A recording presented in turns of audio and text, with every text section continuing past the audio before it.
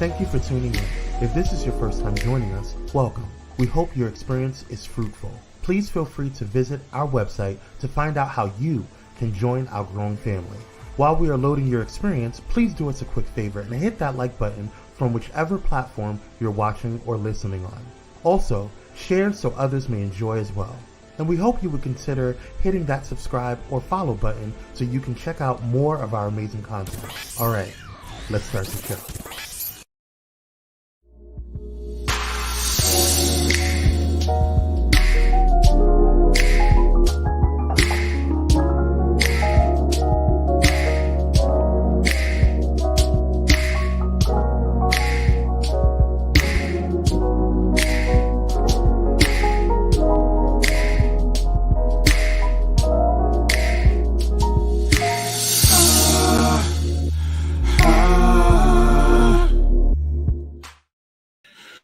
Woo! How are you doing today, Manal? Oh man. I'm doing all right. I'm really in a deep thought kind of mode right now. A lot of Okay, contemplation. I like But it's that. good. It's I good. like that. I'm. Yeah. I have been getting a lot of clarity as of lately, and different revelations just dropping in my spirit. I am absolutely in love with this season. I'll tell you. Fall, love, love, love, love, love. All right. It's the only thing that I have an issue with is the California weather. I wish it would make up its mind. Are we doing cold? Are we doing hot? Are we doing like in between? So I know how to dress. I'm tired of going to work and it's hot and coming home and it's freezing cold. I just, I don't, you don't know how to dress. When it's getting cold out there right now? It's getting a little nippy, a little goose nibbly, Really? if you will. Yes. Oh wow. Yeah, not too cold, just enough to give you the chill bumps, But Mm. Now we're it's getting some definitely nice fall weather out here in St. Louis. really so it's cold or hmm all right. No, it's nice. It's nice. It's like in the 70s for the Ah, most part. There's a slight chill. It's nice enough to walk, but you can still wear shorts if you want to. okay. Yeah, we Mhm. yeah. California's old raggedy ass weather. Yeah. But aside from that, things have been good. We have an amazing show planned for you all tonight, and I am just excited to get into the things of the things tonight. Tonight, we're talking about Yeah. discernment. We're Mm. talking about discernment, what it is and what it is not. Okay. And so we're going to get into definitions and stuff here in a minute because you know how I like definitions because definitions give us the clarity. There's no guesswork. We know what we're talking about when we have definitions. But before we get to that, we got to give y'all our class and our ass of the week. Oh, people been cutting up. Yes, completely cutting up. But before we get to the ass, I want to introduce the class of this week. The class for this week is none other than T.S. Madison. She is a media personality. The reason why she is the class of the week is because she is an amazing testimony of what you can do with endurance, what you can do through resilience, and having the odds stacked against her. She has become someone who is amazing and a force to be reckoned with in the media. For those of you that don't know, she is transgender. I know you can't tell by looking at this picture because this picture, she is everything. She is beautiful in this picture. But when you listen to her story, she started out doing. Can we say sex work on this? She started out Sex work. doing.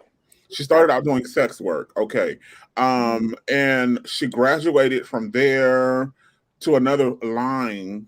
She was doing it on film, and then from there, she started doing social media, and then that's when the mess hit the fan, so to speak. She took the world by storm. When she sat down and she started just giving commentary on different things and speaking to different social issues. She kind of hit mainstream when she became the co-host on the Queen's Court. Her and Kaya used to sit down and read the culture for filth. And it was hilarious, but it was also salacious.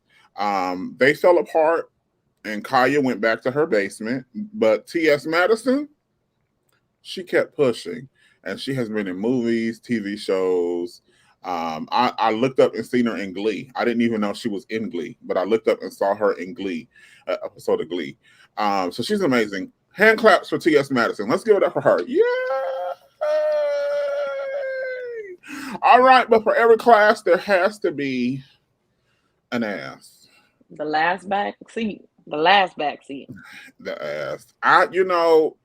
This situation annoyed every ounce and every inch of my soul. You want to go ahead? You want to go ahead and let the people know what's going on here, Manal? Okay. So what's happening is this is a youth gymnastic event. Okay. And in the world the way it is now, everybody just gets a medal for showing up. That's how it works nowadays. So what is happening in this photo, you have one of the lead reps right there handing out medals, and she's going down the line, and she skips the one and only Black girl who participated in this tournament. And then had the nerve to say it was an accident. So this is the ass of the week, because you know what? We're just not doing racism no more. Don't just get to outright dismiss and act as though we are not there, we are not present, we are not being great, we are not equal. Like, you're just not going to be able to do that anymore. Right. So you are the ass, because we are addressing this terrible, horrible behavior. Can I also just add, they didn't acknowledge her before the event was over either. They had to wait till after the event was done and then investigate, as if this stuff isn't on camera. Right. Like, we're not watching it on film. Roll the tape. So then they tried to give her the award in private. No, I want my award in front of everybody else like they got theirs. Big old stage. That's where she needs her medal. That's where she needs to receive it. Absolutely. So she's definitely the ass of the week. All right. Well, we didn't stop there. We have other amazing things that we're going to discuss. We're just going to take a quick peek. We're going to take a quick peek into pop culture. Okay. Colorado and Oregon had a football game here recently, Manal. You're going to help us take this quick peek real quick here. And because she had to tell me what's going on, y'all, because when she sent me this, I was like, I thought she was sending me pictures of like cute dudes. That's what I thought it was. I mean, they hide and stuff. But right. These are okay dudes. But I was going to give my opinion. But then she let me know exactly what was going on. Please let us know. Fill us in, Manal. What's going on here? Well, first of all, I didn't mean for my hair to match their uniform. That wasn't the goal. Anyway, so what's happening is these are photos from this past weekend when Colorado played. What is the school? Oregon. Thank you. I'm looking at it. When they played Oregon, and the problem is not that Oregon won. The problem is that you have these two men of color who are sitting here. They're mocking Deion Sanders, mocking him now that they've won. And my problem with this is, Walter, this photo is giving. I haven't seen Lion King before, and I don't know my place in the circle of life. Like, on Deion's shoulders, you stand. And it just lets me understand and know that these individuals still do not understand the mission that Deion Sanders is on, not just for himself, but for them. Hey, and also for other players of color, for other future coaches of color. Like, they still don't understand the culture of football that they are in. Dion is trying to bust down some major doors. And instead of, being gracious winners, saying thank you for this competition, thank you, Deion Sanders, for all that you've done. You Mhm. are worthy opponents. Yeah, we beat y'all, but thank you. Like, they So decided to get on social media and mock him. playing devil's advocate, okay. Isn't Uh-huh. that the nature? Isn't it the nature of the game to talk crap, though? Isn't it the nature of the game to let your opponent know we didn't just beat you, but we spanked that ass? Isn't that normal Here's my um problem though. banter? Here's Uh-huh. Go ahead. here's my problem with that. My problem with that is, again, in the season that we are in as people of color, Mm-hmm. we are working very diligently on so many different fronts to continue to push us forward as a people, as a culture, and be Mm-hmm. able to have opportunities that most of us have never even thought of before. Mm-hmm. And so, yes, in the spirit of competition, talk your smack. But at some point, you need to be able to turn that off and recognize that it's your brother standing next to you. It's your brother that's standing in front of you. It's your brother whose shoulders you are standing on. And we Yeah. need to move together as a unit. It Mm-hmm. doesn't matter what team you're on, you are still a person of color. It doesn't matter Mm-hmm. what team that you're on, you are still a form of entertainment to most people, not a Mm-hmm. person. And so you These are have to true be able to facts. put that to the side and consider the ultimate goal, which is creating a world where a person of color can be a worthy athlete and a worthy coach, and eventually a team owner. Like, these are major doors. You know how many black people own teams? Like, it's almost non-existent. And so, Okay. like, understand the purpose, understand the mission that you're on, not just as a player but also as a person of color. And I Got it. see my black women doing it in tennis right now. So I know it's possible. Oh yes. Oh yes. Oh yes. Oh yes. All right. Well, dad football player guys from Georgia. I mean from Oregon. That's Bad. a no. All That's right, a no, no. no. Now, in other pop culture news, Remy Ma and Papoose are going through it according to the blogs. According to the blogs, Remy Ma has stepped out of her relationship with Papoose, and she has been unfaithful. She had an opportunity to address it and to dead all the rumors, but she didn't. There is a video going around where there was a battle rap. And for those of you that don't know who Remy Ma is a battle rap legend.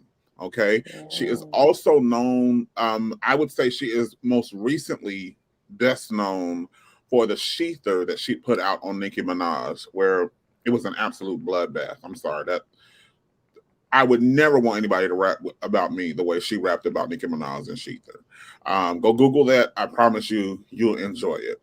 Um, but so she's a battle rap legend. Papoose is also, people don't know this, he is a rap legend as well in terms of like his lyrics, amazing. His bars, amazing. As a matter of fact, people thought he shadow wrote the diss track to Nicki Minaj. Anyway, that to the side. He stood by her while she was in jail for a few years. And they're saying now that after she has gotten out, they've gotten all of this notoriety. She has been unfaithful.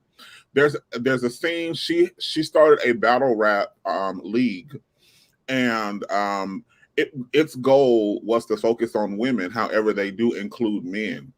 The man got on stage and he was very, very disrespectful to Remy Ma. I decided not to include the clip because he's calling her all kind of B words in her face, by the way. So not out of in her face, being a little aggressive, in my opinion, towards her. And then he's kind of trying to put her out there in a negative light without any confirmed facts. There are not confirmed facts. There is just a photo of her sitting at dinner with another man. Okay, and then there's a rumor about Papoose and this gentleman getting into an argument. One thing I do like that the general public is doing, they're kind of splitting. Whereas it used to be, if this was to come out about a woman, everybody will be damning her to hell. But there seems to be an increase of people who are at least saying, can we at least get the facts before we jump to the conclusion? And this is one thing that I like about what's going on.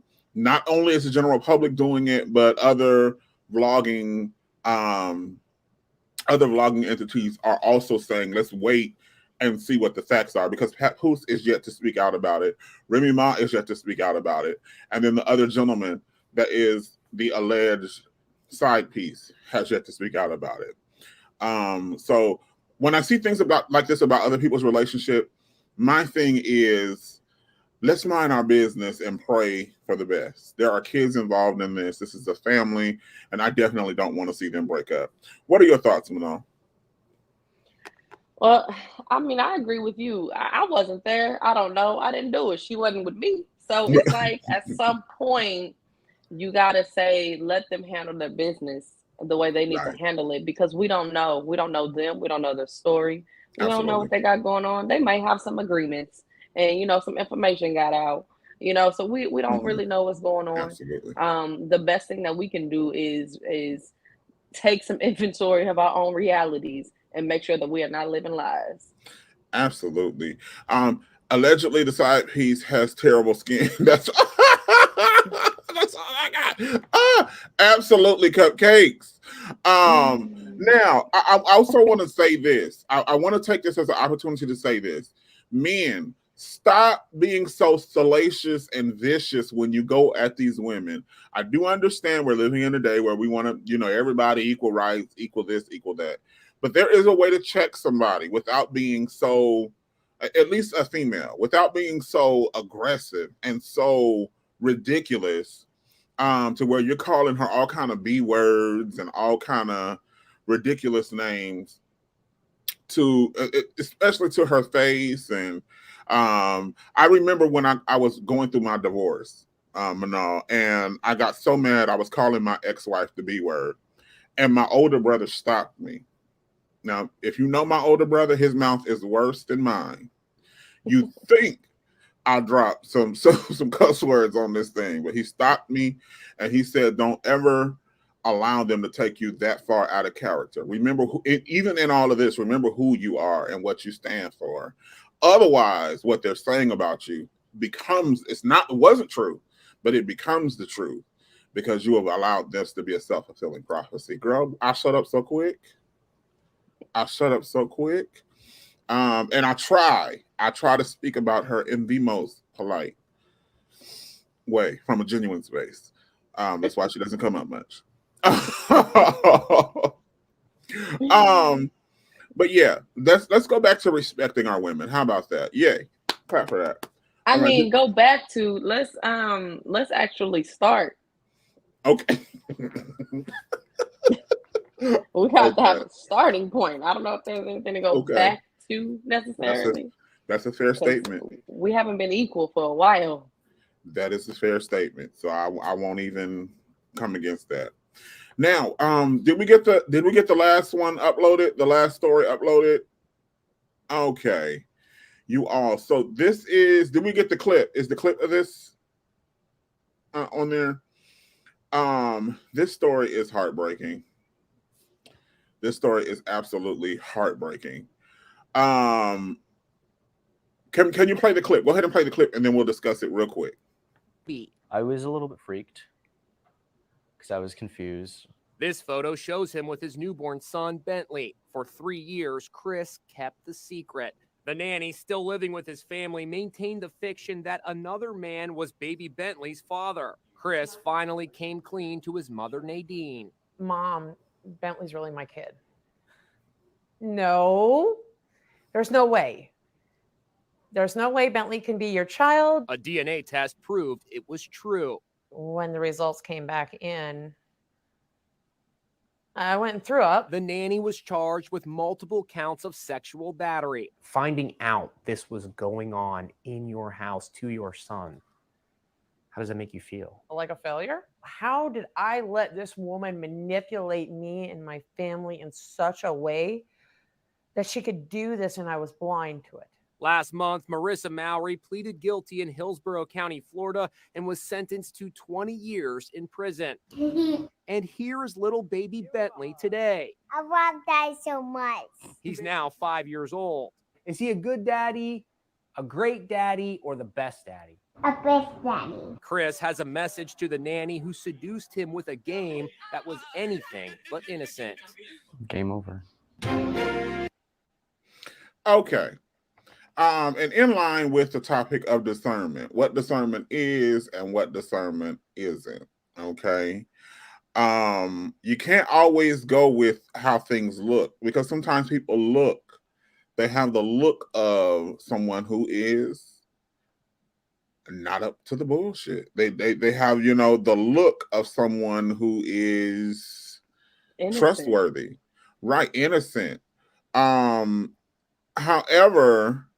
yeah, absolutely, Uncle Kai. Roberta Kelly went to jail, but 20 years. This was someone who came into her home, and we're talking about discernment. When we get into the definitions and we really start breaking these things down, you have to discern who you're bringing around your kids. In my opinion, there should be some mandatory therapy or something she's going through, rehabilitation, something before she is allowed to be released. Because that was absolute SA. That's deception on a whole nother level. Yes. Like to sleep with a child, allow him to impregnate you. You carry the child. You're living in the home with the family. Yes. You have the baby. You running around with this kid in their home, and their daddy, the daddy is the kid in the room upstairs. Like, how? Yeah. Something is wrong. And I want to say the vibe isn't vibing. Also, cupcakes, and the math isn't mathing. Because I want to believe that the mother would have been able to see something in the baby that my mother knew my daughter was her grandchild when she saw the baby. You get what I'm saying? You get what I'm getting at? There's a knowing.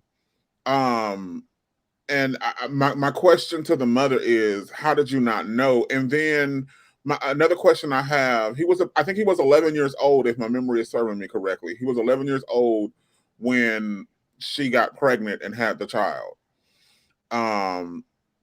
My next question is, how much attention are you not paying? It's that part. To have this go on in your house, because I doubt they just did it once and here comes a kid.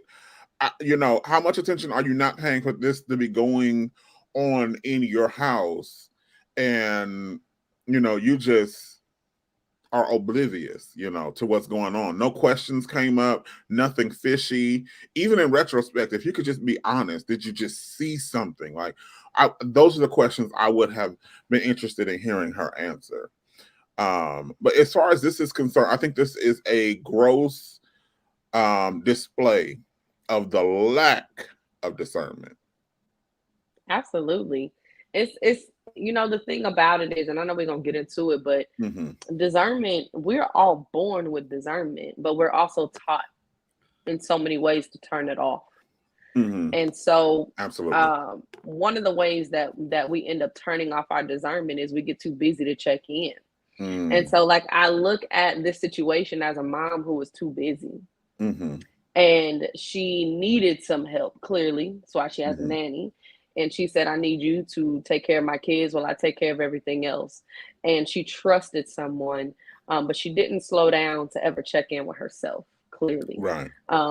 Because, we don't know how long this lady was a nanny before she got pregnant, right? But we know that she was at least there 5 years after, right? And so, this woman was in your home for over 4 years, however long, but over 4. And not once did you slow down to check in with you to even see if the people that you have around you are safe to be around you, and then your Right. kids, to check in with yourself to see what you could pick up about what was going on with your kid. You Mhm. know, sometimes we just get too busy to check in with ourselves, and we have to stop doing that. The world wants us to continue to be busy. That's why it runs us the way that it does. Right. Right. But you have to take the time to say, you know what, let me check in and let me feel what I need to feel and hear what I need to hear, because I got to make some Priorities. moves. Yeah. Right. Absolutely. Absolutely. So prayers definitely for this young man. Hopefully he's getting the help that he needs, and hopefully she's getting the everything else that she deserves during her stay wherever she's at. All right. We're getting ready to move on tonight and talk about discernment. But before we do, I just wanted to give a good old definition for discernment. Can I get that graphic up for the discernment, Kwame? Okay. So we're going to give this definition just for the conversation tonight. Discernment is the ability to judge well. Okay. Now, in Christianity, it is the perception in the absence of judgment. I'm sorry, Mana, you're going to have to get that one. You're good. Perception in the absence of judgment with a view. Come on, enlarge it on the Want screen. enlargement territory. Woo! All right. Perception in the absence of judgment with a view of obtaining spiritual guidance and understanding. Mhm. Without providing for a time of healing and discernment, there will be no hope of living through this present moment without a shattering of our common life. I just Okay. love that. I just love that quote. You love it? Mm-hmm. It didn't hit my shata. It didn't hit my shot. It don't sound like it came from someone of Negroid descendant. All right. We are getting ready to go to a commercial break. And we're going to, when we come back, we will be discussing discernment in its totality, what it is not.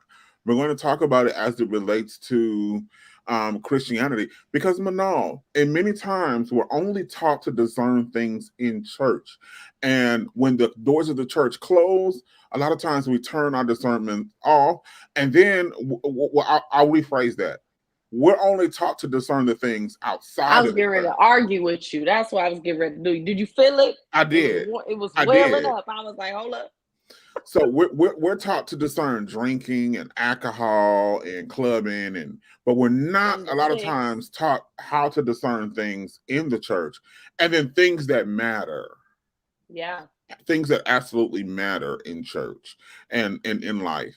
And so we want to talk about those things so we can kind of get down to a good old nitty and a good old gritty. We may argue a little bit, we may disagree, but we're gonna come to a resolve on tonight. We ain't in the same time zone. I ain't worried about it. All right. You all stay tuned. Go ahead and take us away, Kwame, to the commercial break.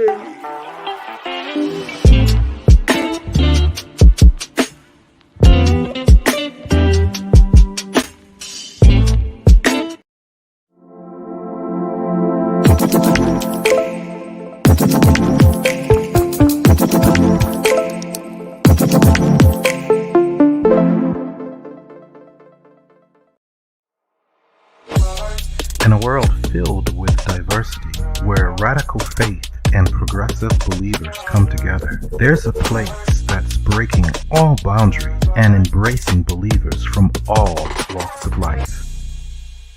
Bullet and Flight Radio, where believers unite, boundaries break, and love triumphs. Step away from the chaos and noise of your daily life. Experience moments for yourself that are calm, serene, and full of peace. A necessary respite to foster growth within you, because self-care should be luxurious. Luxor Noir.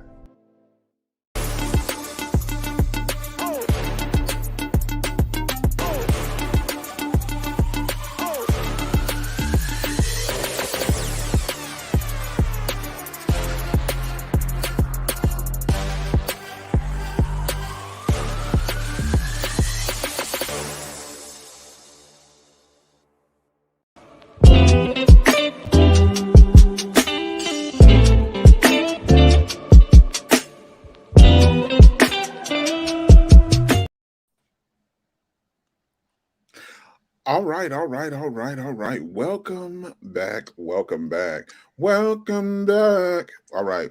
So, Manal, we're getting ready to talk about discernment, and I love when you talk about discernment and you talk about the inner knowing. It's an inner knowing. Can maybe you start there and then just kind of expand from there?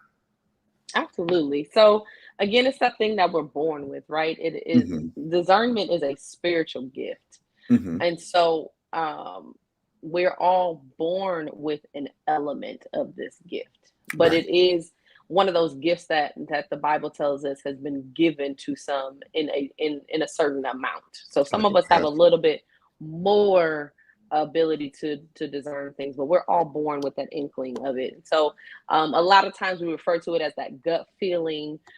Sometimes we refer to it as an unction, you know, in the church.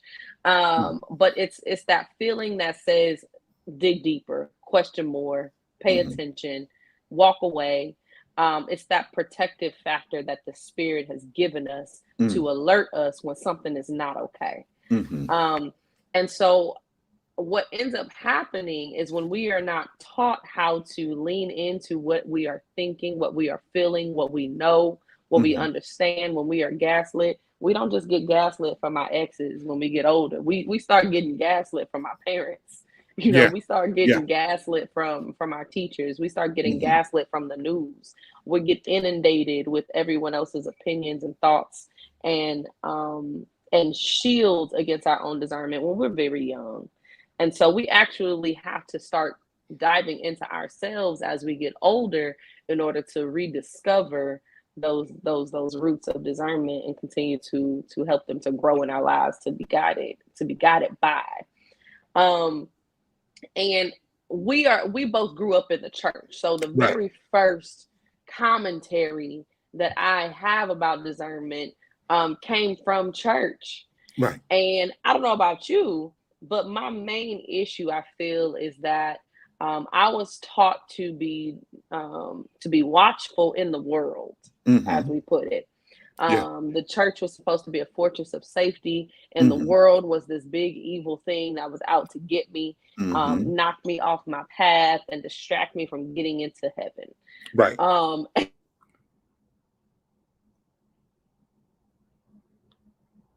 Of the church. And one of the biggest challenges for me, and trust me, y'all, I'm working through it, is that my hurt came from the people inside the walls. My challenges of looking at the prophet who is ordained and has an opportunity to minister and teach a youth group, but is molesting boys and still gets to come up for altar call to put his hands on people. That's what I grew up seeing.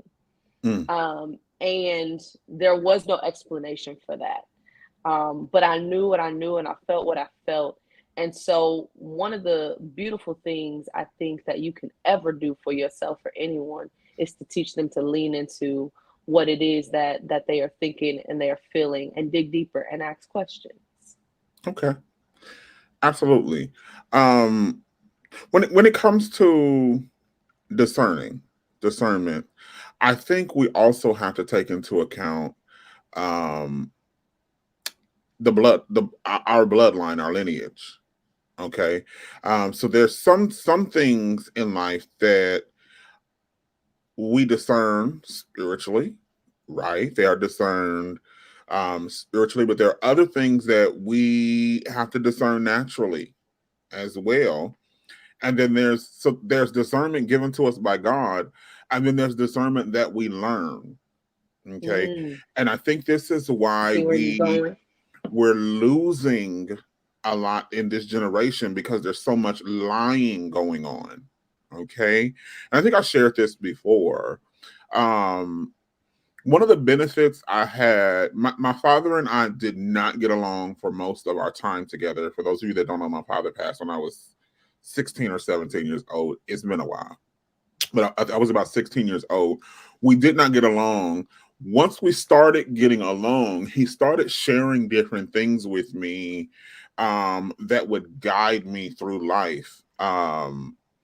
and these were discerning thoughts, you know, how to discern an atmosphere, how to operate in different atmosphere. When you see this, you know this is getting ready to happen. I wasn't raised in the streets. I was raised in the church. But my father, my mom was Jesus, Jesus, Jesus, Jesus, Jesus through and through. My dad was Jesus, Jesus, Jesus, Jesus, but you still got to know how to act in the streets, and you still got to know how to act at a party, and you know, you got to know how to recognize this ain't the blunt you want to smoke. You know, this ain't the drink you want to drink, type deal. So he would begin to teach us different discernment, and then he would talk to us about things that just didn't mesh well with our family in our bloodline. So my dad was of the mindset, people will try drugs. It's okay to, you know, people will try drugs, you know, hopefully they don't get addicted. But he would talk to us and he would say, in our family, we don't try drugs because we tend to get hooked on them easier than other people. And when I was younger, I was like, stupid, drugs is drugs. That don't mean nothing. But the older I get and the more I've seen things in my family, I'm like, this man was on to something. There was something in our bloodline. And then the more I'm becoming more aware of my African roots and how our wisdom and our religion and our spirituality was passed down orally, you know, from the previous generation, I see he was really acting as an elder in my community by giving me this, teaching me this discernment and giving me this discernment so I wouldn't find myself ignorant when I found myself in different atmospheres.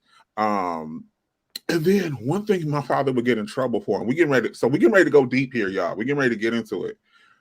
One thing my father would get in trouble for is he didn't care who had the mic. He would tell me, he said, that man put his pants on just like I do. that man get horny just like I do. That woman put her skirt on just like your mama. Don't be in there idolizing them people. They do the same kind of stuff that you do. Now, my mom, she was on some, you know, touch not mine anointed and do my prophet no harm. Right? That was my mom, you know. My mom down. I don't want to get on here and say, I don't want to get on here and say that my mom was just, you know, an airhead. But when it came to the things, when things got spiritual, it's like my mom would just check out on some level. And we like, wait a minute, you are a genius over here with civil rights, but you're just gonna let this pastor get away with this ish? You know, these type deals. But my father would be like, no, you check it. You check it at the door. You check it. You feel me? And then you don't let it happen to your family. You don't let it happen to you. And so he kind of taught us that discernment in the house of the Lord. But I do realize that that's not a common thing. So I want to address the question, if you could put it back up there. Absolutely. Was it discernment or learned experience? It sounds like what you were explaining is learned experience. You touch a power socket, you learn it will electrocute you. You have a feeling about energy. And I just want to say, so what was really important, and thank you for that question. We're talking about the ability to perceive, understand, to be able to read something clearly. And I love that, Walter, you said that, because there are some things that are absolutely founded in our experience. They are founded in wisdom. Right. And wisdom does help you discern better. Right. But I believe that discernment is the spiritual force that helps you to guide, perceive and judge. Absolutely. And so that's me. That's my understanding of it. I think that again, we are human people having we are spiritual people having a human experience. And so I think a lot of the issue is that we're not taught spirituality, but we're taught religion, we're taught family rules, we're taught social expectations, you know, we're taught government laws, but we're not taught spirituality, and we're not taught the rules of spirit. And so not being able to access those truths are what is guiding so many of us down the wrong path. And like you said, idolizing people who we should never idolize, and not because of who they are, but because they're just another human being. That part. And so when we are taught to reverence these individuals, just because of their positioning, or just because they helped so and so this one time, you know, whatever it is, because they're our elder, or whatever it is. When we're taught to reverence these people without actually judging their character and being able to actually be in tune with what we are picking up from these individuals, it silences our spirit, it silences our voice, and it puts our personal growth in a box, because now I'm telling parts of me to be quiet. I'm telling parts of me that it's not true. And so now when I actually need to utilize my discernment muscle, I have been taught to not even flex it, so it's weak. But I still have to go out in the world. I got to date. I got to go out in the world, and I got to choose a job. I have to choose the correct church. You know, I have to pick the correct school. I have to guide my kids. And so when religion waters down that spiritual muscle in order to protect and safeguard the bullshit, it actually stalls our progress at the level that it could actually be at. And that's why I feel like this conversation is really important, because we need to tap into that. We need to turn that back on. We need to flex our discernment muscle. And we need to, like you said, remember that everybody puts on pants the same way. Period. Everybody pulls up that skirt or pulls it down whenever they want to, however they want to do it, the same way. And so no one is above reproach. That's scripture. And it's not to call you out because I want to embarrass you, or call you out because I don't want you to have the position, or I want your spot. It's to help every single person remember that we are all on the same level, and we are all having this experience trying to reach the same utopia, spiritually and physically. Absolutely. And so it's about grounding everybody, because if you are living a double life and I'm turning off my discernment, then I'm putting myself in a cage and I don't get free. Absolutely. So definitely, we have a clip from Hillsong. Okay. And what tends to happen in religious spaces, in political spaces, is people talk you out of your discernment. Yes. Okay. So you have a feeling, you have a knowing, you have knowledge, right? But they will use words to talk you out of what you know. Okay. But you have to learn how to 10 toes down on what has been revealed to you, right? Not that you can't be wrong, but please hear what we're saying. You know, there's some things that will come up in your spirit that you just know, and you can't let people talk you and convince you out of them. I just want to play this quick clip from Hillsong real quick, if we could. You do not want to be in this chair. I cannot stress it enough. For the first time, we're hearing from Carl Lentz and his wife Laura after they were forced out of the church in 2020 for moral failures, with Carl admitting to infidelity. I had some major lies. He said, I have been unfaithful. The Secrets of Hillsong is based on the explosive original reporting of the church's scandals by Vanity Fair journalists Alex French and Dan Adler. The church staffer found messages between Carl's mistress, Raneen Kareem, and Carl on his laptop. That started the ball rolling. Carl's affair with Raneen Kareem played a significant role in his downfall, and now the disgraced former pastor is also confessing he had an inappropriate relationship with his nanny, Leona Kimes, who is also a pastor at Hillsong. Laura Lentz, as she says in the documentary, walked in on Carl and Leona in a compromising position. According to Laura and Carl and Leona proceeded to tell Laura that there was nothing going on. Laura told Stacy, the director of our fabulous docuseries on FX, that when she walked in on them, she popped Leona in the head and broke a finger. Carl was fine. It's about to be a what? A girl fight. It's going down in the DM. Go ahead and let us know fill us in what's going on here, Mano.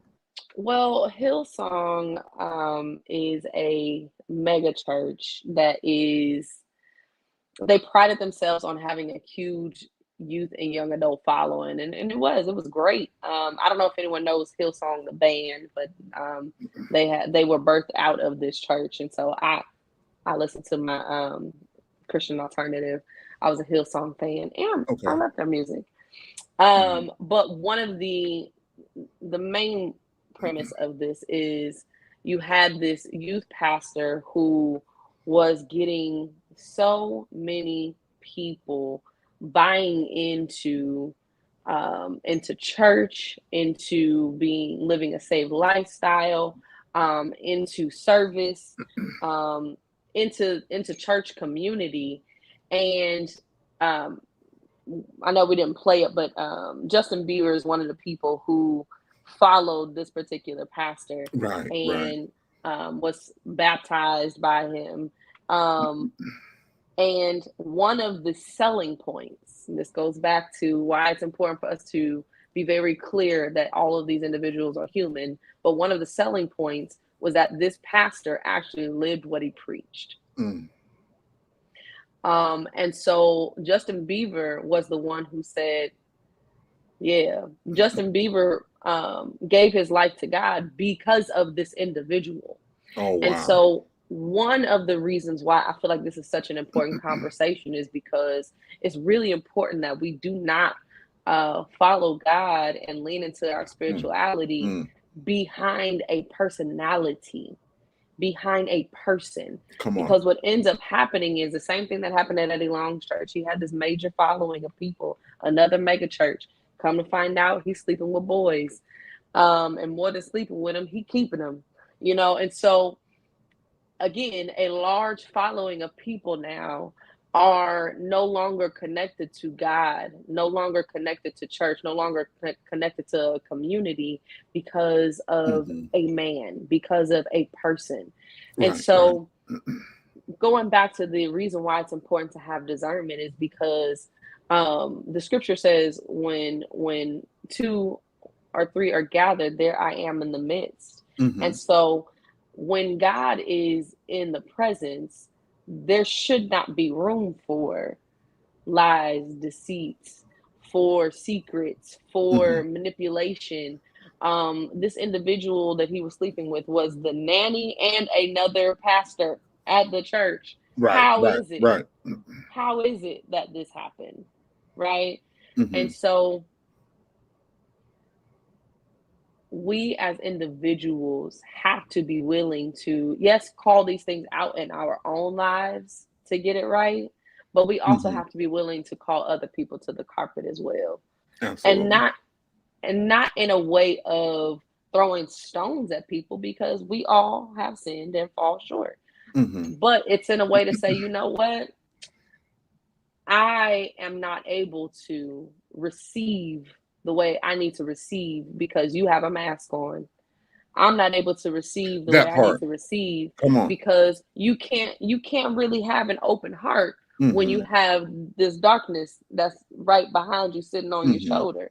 And if I'm trying to get free as a person, if I'm trying to move as a community, you are being the weakest link right now. If I can interject right here, it's hard because church culture has become a place that perpetuates and celebrates cowards. Cowards are people who cannot face the truth about themselves and about what's going on. I came to this revelation for some of you don't know. I don't know if I talk about. I think I may talk about it frequently, but I used to pastor for like 15 years. And while I was a pastor, I had this epiphany about midway through there. My first church had split and I had started a second church. the Lord convicted me, the Spirit, I have evolved in my belief system, convicted me, Manal, because he said, you're not being true and authentic to what you've been through, and you're not being true and authentic to who you are, right? Because I was going around, and although I would tell the truth that I wasn't perfect, and I would tell the truth, we all have sinned, I was still putting it off like, okay, I don't sin as much though, right? Yeah. Instead of just, instead of it, I just being like, listen, we all need to come and get this work from the Lord, the good work, not the, the beat down work. It kind of shifted the atmosphere, but it became a turn off to people who were addicted to church culture, because we would do healing circles where people could actually confess some real stuff that they were dealing with. Right now I'm battling my anger. Right now right now I used to smoke weed because I wanted to, but now I think I'm a little addicted to weed. And we would not put them out of the church, right? Yeah. It wouldn't even be a big thing. It would just be it would be, okay, let's see how we can be there for you and support you through this so you can get back to where you smoking it because you want to, or leaving it alone altogether if that's what causes you to manifest your best self. Yeah. Right. And it's the thing that, like, and I'm gonna just talk about me for a second. There's so many things that I was battling, but did not have safe space for. True facts. And what ended up happening was I ran into spiritual predators, and I wasn't ready for them. Right. Can you define spiritual predator? So a spiritual predator is someone who has a little bit more experience and has one up on you, and is able to manipulate your longing for that connection, for that openness, for that freedom, and they use it for their own gain. And so that's what happens when you have an Eddie Long who is manipulating young boys. That's what happens when you have what's the other pastor that was running a sex ring or having prostitutes, or they are Jimmy Swagger? It's so many of them. It's so many of them.